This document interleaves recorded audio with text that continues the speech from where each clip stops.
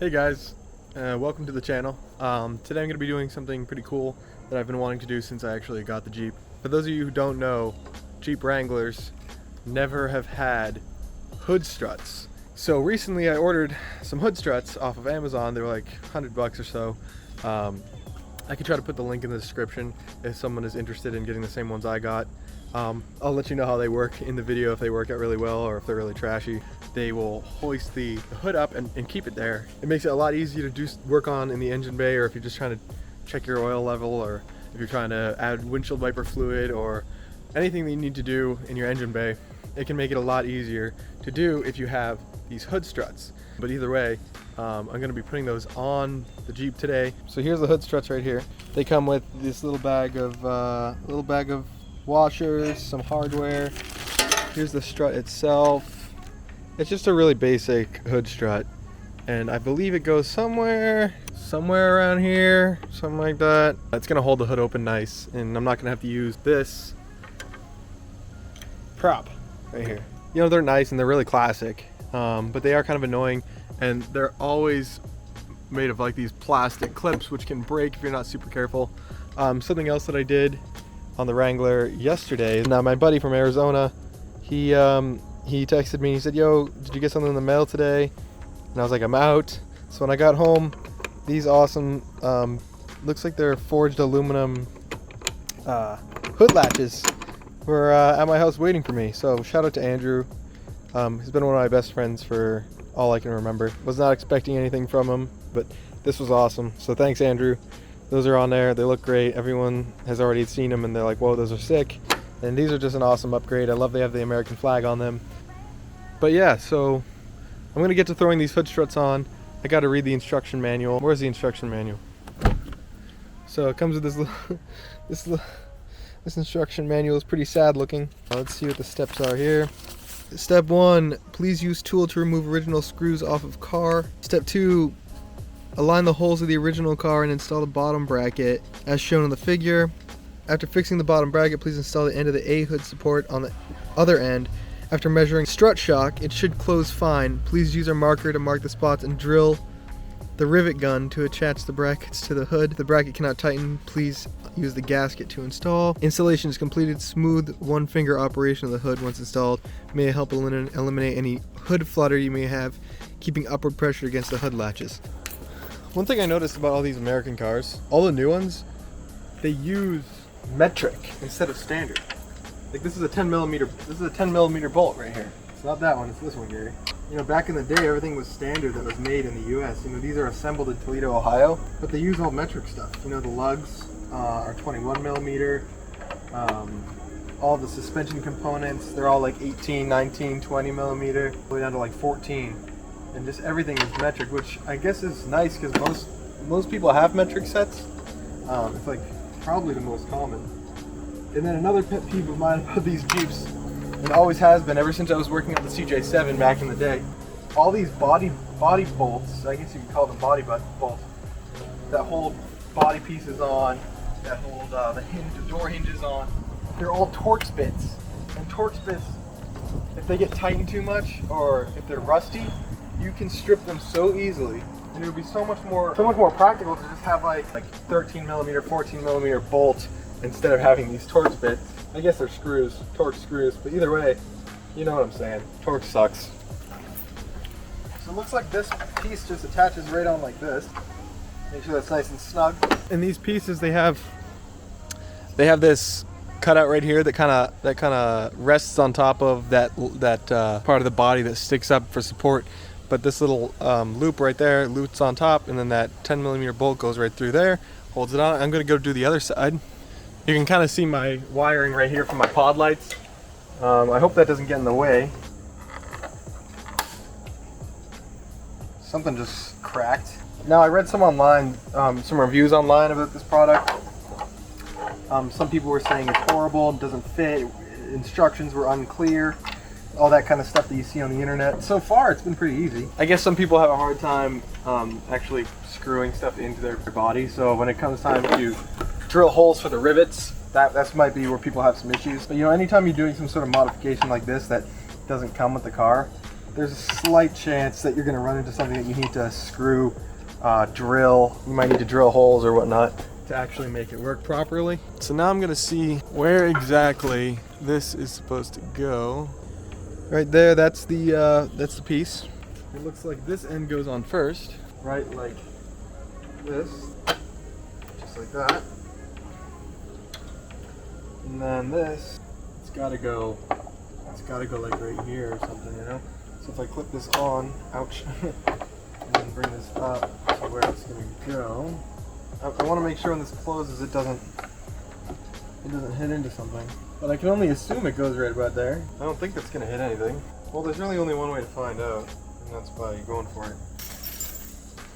So it gives me all this hardware, and I'm not entirely sure what all this hardware is for. See, I got some screws here. I got some bolts right here too, but that doesn't give me any nuts, so maybe I'll read the instructions again. I'm gonna go look up and see if someone else has figured this out yet. All right, so I'm glad that I watched a little video on the interwebs about how to do this, because I ran into a good little tidbit, and that is this: when you have the hood fully extended, if you drill those holes and rivet the struts in place when the hood is resting on the factory hood latch or the hood prop, if once you have that all drilled in place, you won't be able to extend the hood anymore to get the old factory hood prop off. So they said to rest it in place just like this and not put it in the hole, because if you think about it, if it was in the hole and then I mounted that up, if that hood prop was in place and then I mounted this right here where it goes, there would be no room for me to lift the hood up anymore to then release the factory prop. So gonna rest that there, and then it looks like it's just as simple as marking those holes and riveting it in place. So I'm gonna go ahead and do that. Worst case scenario, I have to use some Bondo and fill up those holes if it ends up not working or if it's horrible. I don't see that as being the case. So I'm going to focus right here, grab a Sharpie. I'm gonna go ahead and put this up right where I want it. I'm gonna mark right there, right there. I'm resorting to a classic pencil to mark the rest of them because the Sharpie won't fit through the hole. All right, so those holes all need to be drilled out. And you really want these drill holes to come out nice and neat. So what I'm gonna do is start with a small drill bit right here. Drill they're called guide holes. So I'm gonna drill a little guide hole since I don't have a punch, at least one that I can find easily. I'm just gonna use this tiny drill bit. This won't veer off the marker that I made, so that way I won't need to, fix my issue later. But I'm just gonna use the drill out these holes. And also you want a nice tight fit on this rivet so there's no movement. So you have to make sure you grab the right size drill bit to fit in this rivet. So once the rivet gun squishes this end in, has a nice tight fit, and there's no wobbly movement or anything like that afterwards. So now we're gonna grab the bigger drill bit. I actually have the touch-up paint that goes with the Chrysler Bright White, which is the color of my Wrangler. So I'm going to use this bright white paint just to touch up the bare metal that's in there right now. So you can see the holes that I drilled right here, here, and here. I'm just going to put a little bit of paint on the inside of those just so that there's no oxidation, or there's less likely of a chance for there to be oxidation afterwards. I just want to coat that inside layer just to prevent oxidation. So I'm going to go ahead and put this on here.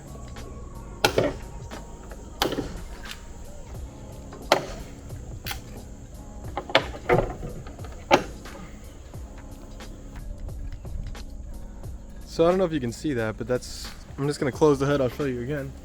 Basically, this closes.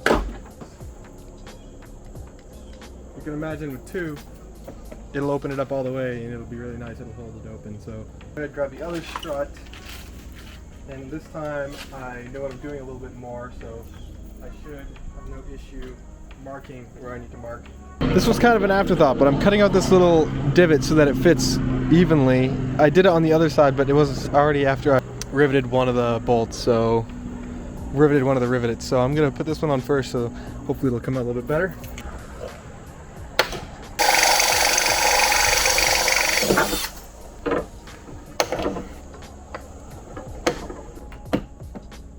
Holding up pretty good. Oh, hey, just another day. I need to do a little bit of work under my hood. All right, so I'll undo this, undo this, undo this, and just like that, the hood opens, and you don't need to have your hood brace or hood strut. So that is awesome. I've really been wanting to do this since I got the Wrangler. So now I'm gonna just do a little bit of touch-up paint on those rivets with black. I got my little paintbrush right here, and I got a cap to put the paint in. I'm just gonna make those black so it blends in with the rest of the stuff a little bit better. But that's awesome. Highly recommend. Easy install as well. If you have the correct tools, you need a drill, you need a rivet gun, you need a 10mm bolt, but that's pretty much it. 10mm wrench, but if you have those tools, that's an easy install. That's awesome. I'm really glad I did that. And thank you, JK Gear and Gadgets, for giving me that advice to prop up the hood on the prop, not in the prop hole, because I definitely would have run into that issue if I didn't watch your video. So thank you so much. So I'm gonna go ahead and paint those black, and then we'll wrap up this video, alright? So what I was mentioning before is I like to spray the paint into here. I can grab a little paintbrush and be really fine tuning painting. Alright, well, thanks for watching. I hope you enjoyed the video. Just something a little bit quick. I have a lot of projects going on. I got the 818 right there. I've been doing a lot of work on the 818. I got the horns wired. I got some parts ordered that I need. We decided we're not going to do any extra stuff to the car. No like additional mods or, oh, it would be cool if it had this. We're not going to do anything like that until the car is on the road, and that's a long ways away. We still got to get all the wiring done for the front and the back. Headlights, windshield wiper, horns. The horns are wired in, but they don't work, so we got to figure out why that's happening. All the suspension needs to be properly torqued and ready to go. And then of course we got the Corvette, we got the CJ, the Jeep. There's a lot going on, and I just wanted to make a quick video with those parts that came in. So hope you enjoyed. Feel free to stick by.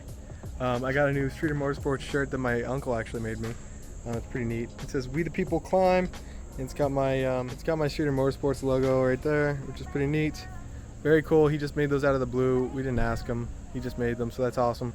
And again, shout out to my best friend Andrew for getting me these sick hood latches for the Jeep. That's an awesome little addition. And yeah, thanks for watching, and see you guys next time.